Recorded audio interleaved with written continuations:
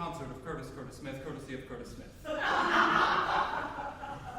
While I don't think that I need to explain the initial reason for my interest in this composer's music, I'd like to express that, duplicitous names aside, this music is amongst the most unique, intriguing, and satisfying on both intellectual and emotional levels. And it is my hope that this lecture will lead you to the same conclusion, shared also by the contemporary composer William Bolcom, who writes, Curtis Smith is one of the best kept secrets in contemporary music. It is high time that listeners and musicians alike become acquainted with this music of passion and humor, intellectual agility, and disarming emotional directness.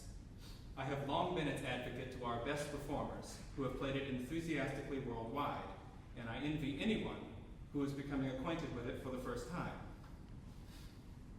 The 12 Etudes for piano of Curtis Smith are highly effective, innovative, and idiomatic additions to the piano repertory, as well as to the genre of the piano etude.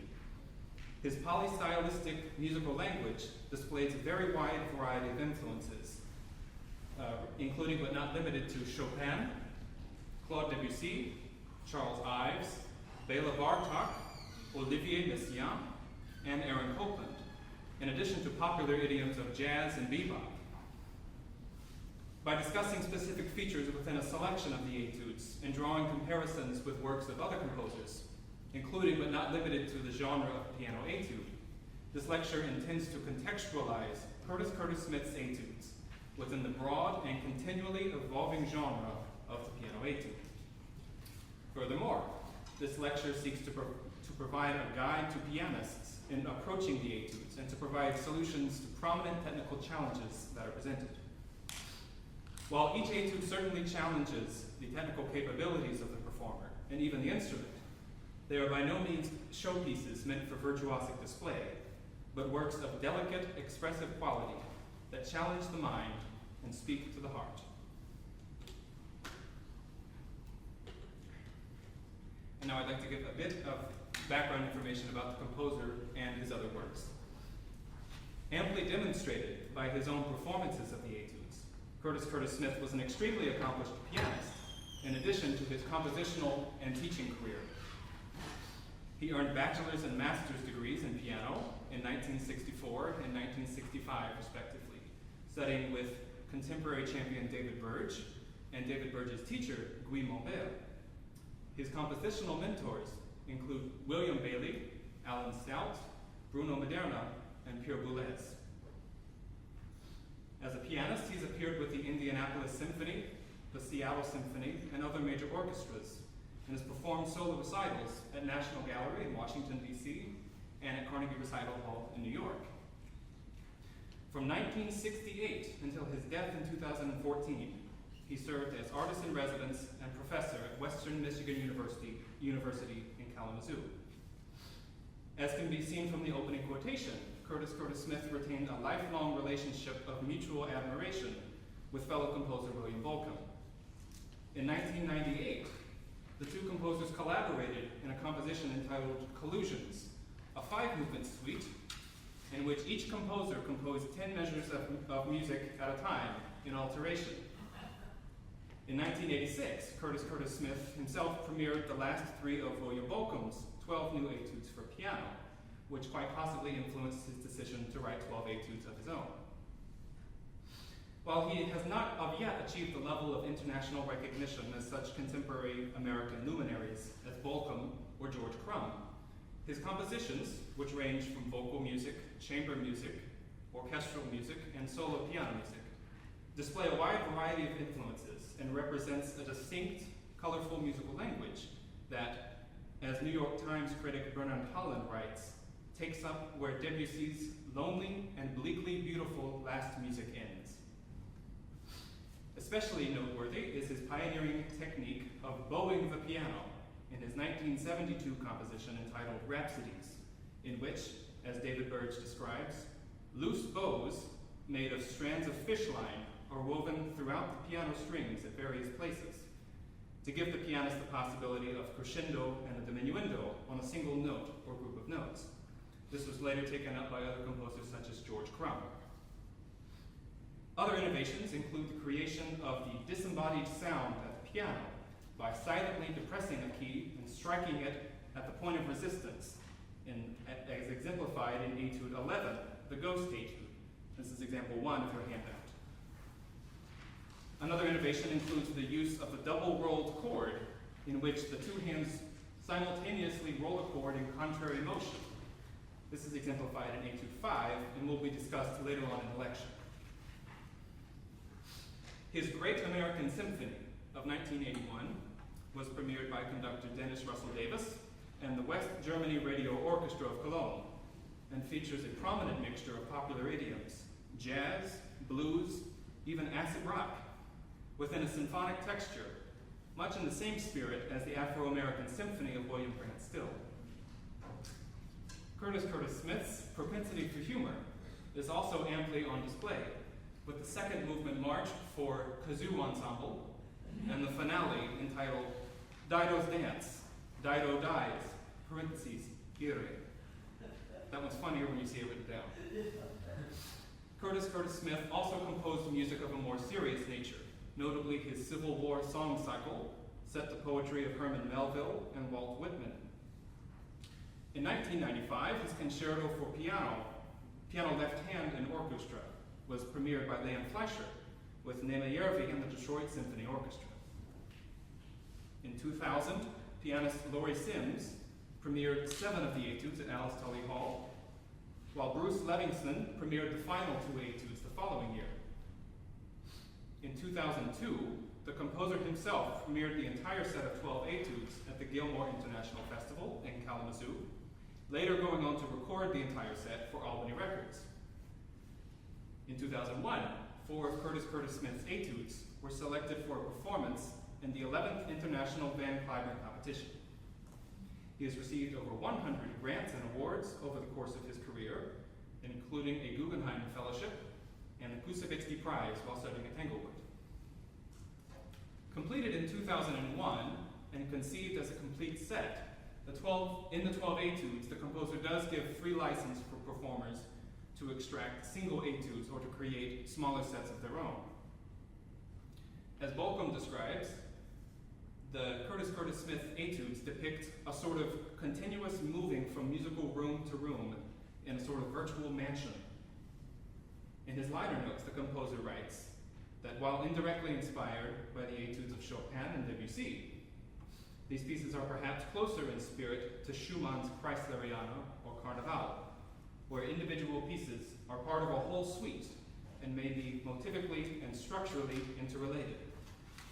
To illustrate this, take a look at example 2, in which Curtis Smith directly links the closing figure of 18.5 to the opening bar of Etude 6.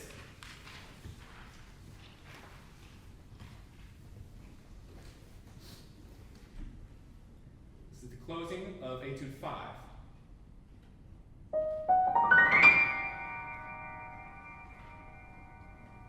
Now the beginning of Etude 6.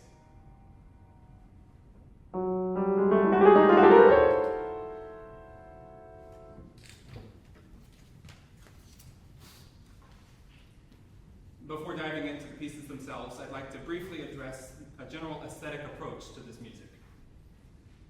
While the Etudes certainly present enormous technical and musical challenges, the difficulties are of a subdued and refined character, and as such should not be approached as a vehicle for virtuosity. Though the writing is generally idiomatic and lies well in the hand, the variety of touches, colors, and rhythms demands a complete musical command and a finished technique. So I guess I just put a lot of pressure on myself. Though as I mentioned in my introduction, Curtis Smith had a myriad influences.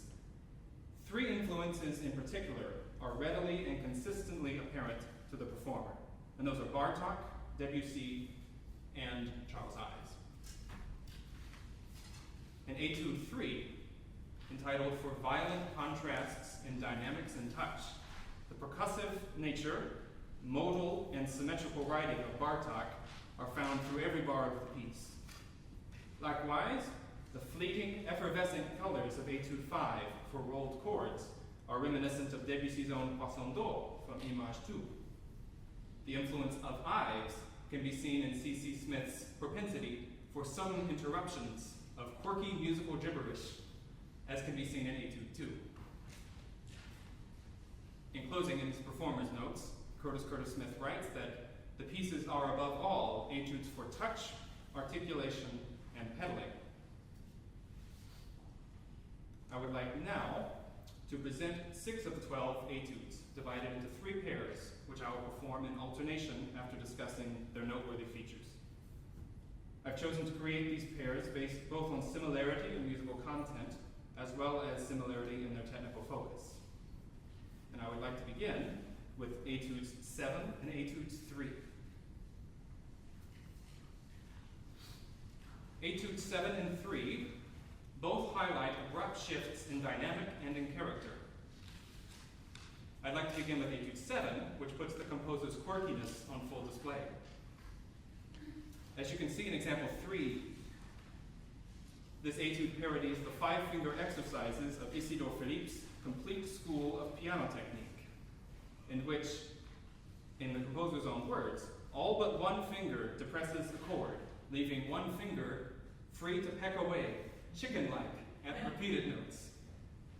Now, I never thought I would perform a Philippe exercise in public, but here we go. This is example 3B.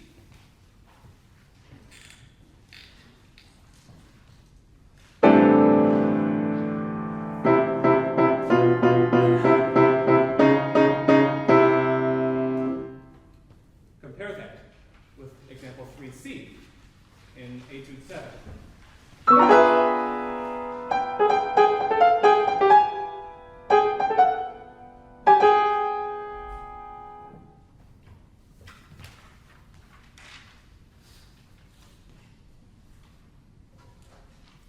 This particular choice of chicken metaphor is not by chance. This rooster-like quality permeates the whole piece through his instructions of brittle, cocky, like a bantam rooster, and strutting, and finally the instruction, stopped in his tracks. Curtis Smith exploits this Philippe technique throughout the work, sharing a melody through held notes of either hand in an interlocking position, demanding the rest of the hand to place staccato pianissimo chords around the sustained melody. It should be stressed that though the piece does reference these digital exercises, for the most part the dynamic indications throughout the etude are marked piano and pianissimo, and should be played coloristically rather than percussively. Given the dedication Hommage à Isidore Philippe, this etude bears resemblance to Debussy's own etude Pour les cinq doigts à Monsieur Czerny, as you can see in example 4. In both of these instances, the composer has used a pedagogical exercise in a sarcastic fashion as a musical germ for the composition, parodying the dry pedagogical nature of the exercise and exploiting its musical possibilities. Further resemblance to Debussy can be found by comparing the snapping opening gesture of Etude 7 with Debussy's prelude from Book 2, General Levine. That's example 5, by the way, or the opening gesture of Debussy's song, Mandoline, example 6. Curtis Smith's own self-proclaimed admiration for the music of Debussy and Chopin make it likely that these similarities are not by accident. Etude 3, marked for violent contrasts of rhythm and dynamic, is the most similar to Etude 7 in its exploitation of harsh dissonance. The score opens with a quote from Olivier Messiaen, which reads, "It is possible to create sounds at the piano which are more orchestral than those of an orchestra." Throughout the piece, the pianist must deal with 3 independent lines, each of which has a drastically different dynamic, rhythm, harmonic quality, and touch. In example 7a, the opening phrase encapsulates the A section of the etude, in which a tonal, ground bass-like chorale figure appears pianissimo in the right hand over the roar of the violent, percussive, and highly dissonant left hand. Additionally, as can be seen in example 7b, the pedal is used to catch leftover resonance from forte staccato chords without catching the entire harmony, demanding a precisely timed use of the damper pedal. The added difficulty here is the choreography of the hands, deciding which hand will take which chord, and coordinating the pedal with the hand crossing and leaping. The B section, as can be seen in 7C, furthers this emphasis on wide leaps and register, but is of an entirely different character, very distant, remote, and pianissimo. Let me demonstrate those three things, all of the examples of example 7. The opening of Etude 3.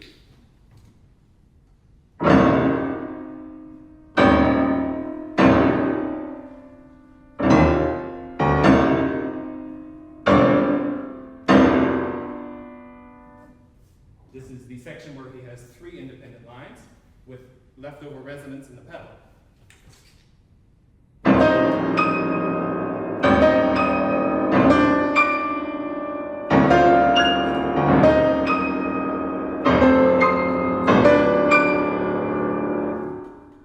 In example 7C, the B section.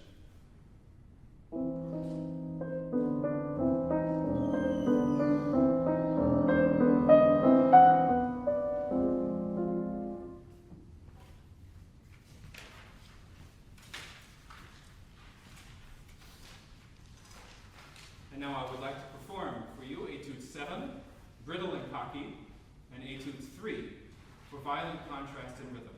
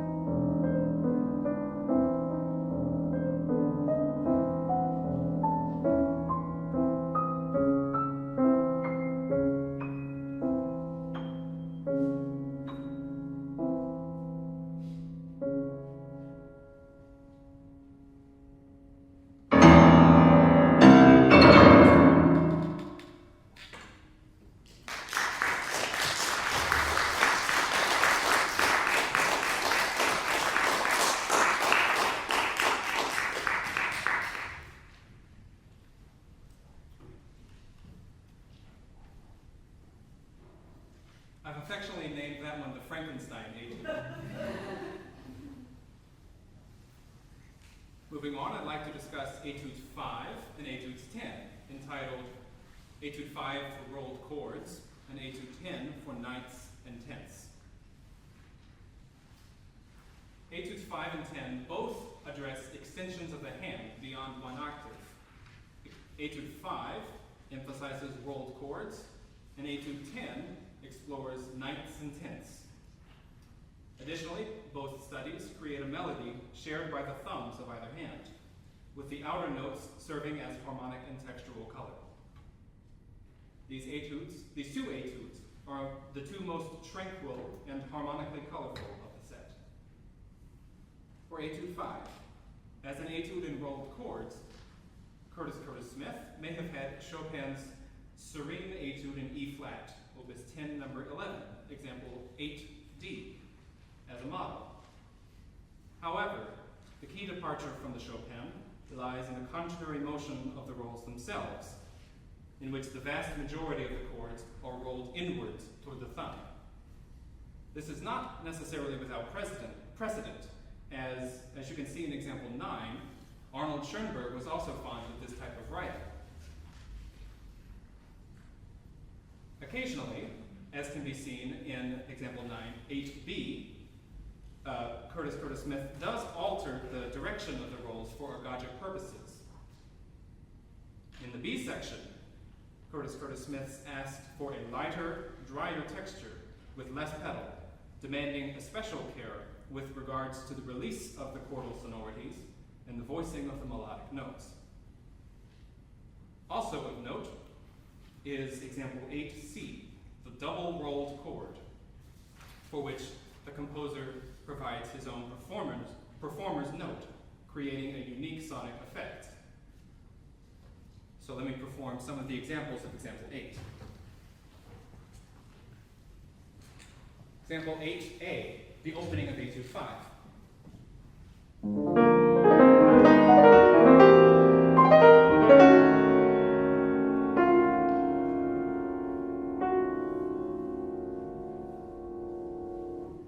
Example B, alternating the direction of the roll.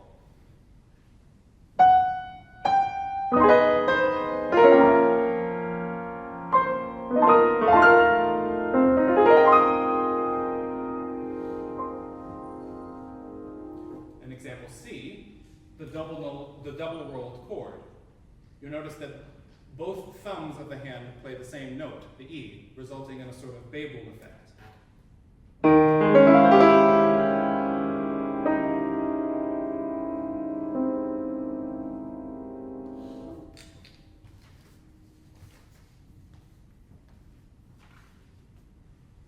With this etude, the performer can hearken back to the Baroque practice from the harpsichord of altering the speed of the arpeggiation of each chord in order to create subtle variety in phrasing and expression. It is with this etude, number 5, that the influence of Debussy's colorful piano writing is most apparent.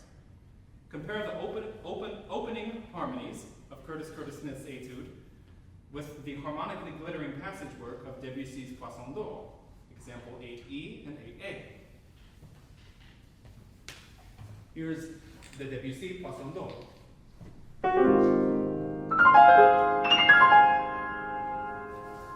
The opening of Curtis Smith.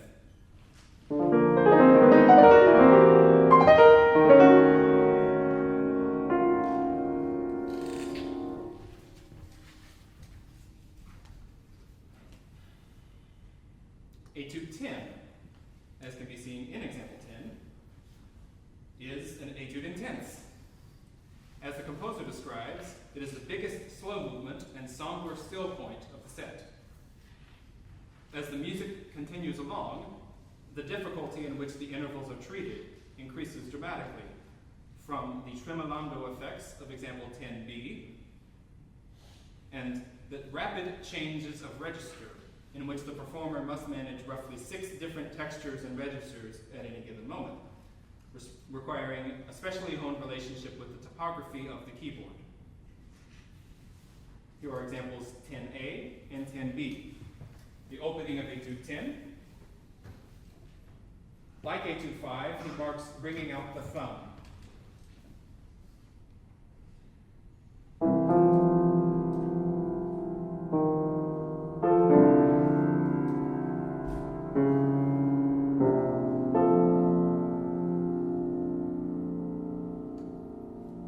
Example 10b, the third measure of that example, the tremolano.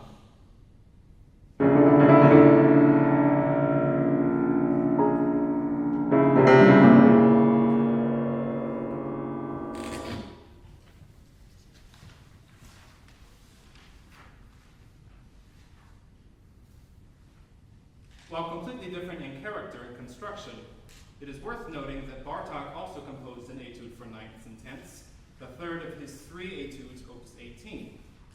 Though, as you can see in example 10c, the intervals are treated in a linear fashion and thus of a completely different technical challenge. And I believe the printer did not behave with that example, so if it doesn't look entirely legible, my apologies on that. Musically speaking, the etude is eerily reminiscent of the more somber music of Aaron Copland, particularly the last movement of his piano sonata, of example 10d, which shares the same somber atmosphere of widely spaced chords. It's worth pointing out that when the intervals exceed that of a minor tenth, Curtis Smith instructs the performer to roll the chords from the outside in so as to still voice the inner thumbs. So now I would like to perform for you Etude 5 for rolled chords and Etude 10 for ninths and tenths.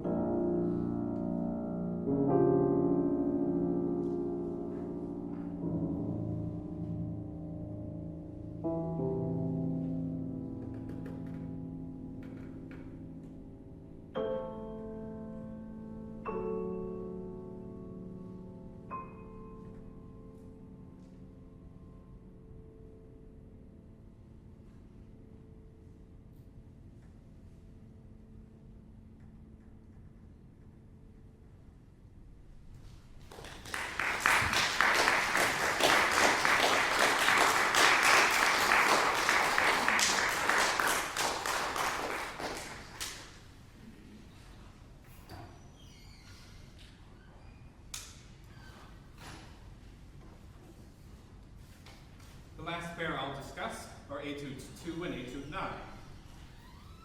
Both etudes of touch, specifically the non-legato touch, in which, as the composer describes, the non-legato touch of a bebop pianist may serve as the best model. He also notes the parlando touch of Bartók as the closest classical model, and also illustrates the portato marking in melodic passages of Mozart and Chopin. Etude 2, marked a passacaglia, singing, is a general study in wedge-shaped phrases and sound structures, as you can see in example 4. The gradual building of notes into a cluster recurs in every measure of the piece. Curtis Smith composes improvisatory, blues-like, and rhythmically volatile right-hand passage work over this steady bass line. Again, with Chopin as a model, these elaborate right-hand passage work phrases are not unlike anything frequently found in, say, the ballades or the nocturnes, though they employ a harmonic language from a different era. Additionally, the influence of Ives can be readily observed in example 11b, which is reminiscent of the opening of the Emerson movement of the Concord Sonata. This is example 11b and 11c.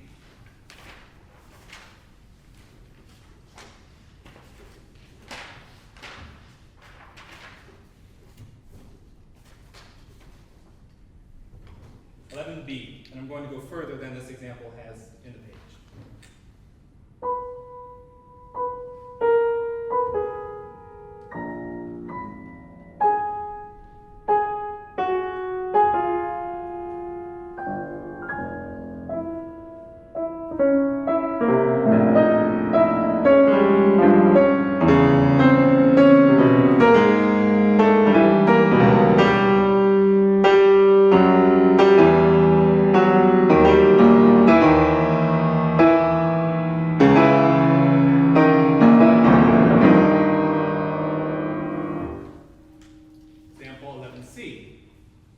Not going to play much of the Concord Sonata, but just this little bit for you.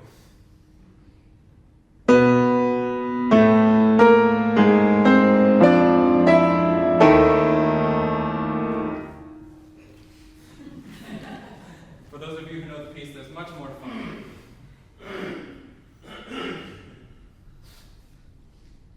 The idea of a recurring bass line over which improvisatory passage work appears is nothing new.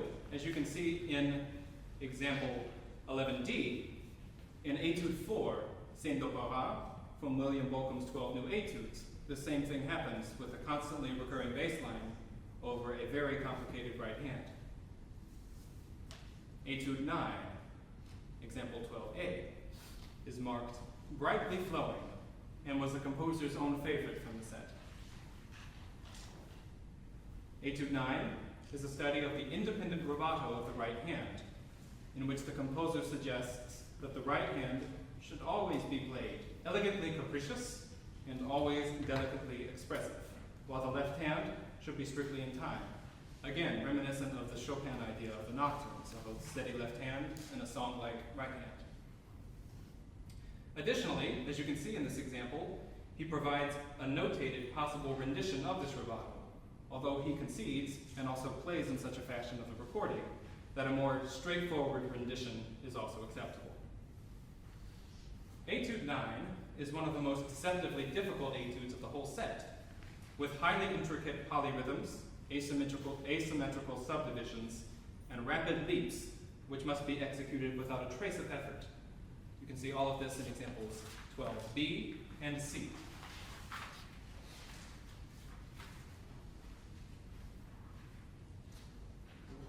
As such, it is just as much an etude in the independence of the hand and control of rhythmic counterpoint as it is of touch and rubato. Despite the complexity of the notation, it would serve the would-be performer of these pieces to know that Curtis Smith includes a quote of Claude Debussy from a letter he wrote to Manuel de Falla as a preface to the entire set of etudes, which reads, "You cannot show a rhythm exactly any more than you can show the exact expression of a phrase," although he certainly tries his best to notate it exactly. Though Curtis Smith's rhythmic notation is certainly complex, it should be remembered that the ideal beyond this notation is something quite simple and natural. Before I play these last two etudes, I'd like to thank you all so much for attending tonight's lecture. I'd like to thank Dr. Stephen Meyer as my advisor for helping me develop this lecture, to my teacher James Toko in helping me to understand this unique and demanding music. I'd like to thank Lori Sims and William Volcom for graciously offering their insights into Curtis Smith the composer and Curtis Smith the person. I'd also like to thank Marilyn Kaiser and Ann Jones from Bloomington, Indiana for driving all the way down here today just for this lecture. I hope that you have enjoyed your introduction to the music of Curtis Smith, and that this lecture has inspired you to learn more not only just about the music of Curtis Smith, but also the music of living composers and composers from the last decade. With so many different styles and trends of present-day musical composition, it is certainly impossible to know every major composer, and it is even more difficult to find real gems. I know that for me, Curtis Smith is one of those gems. And now I would like to perform for you. What am I performing for you? Etudes 2, Passacaglia, and Etude 9 for independent rubato.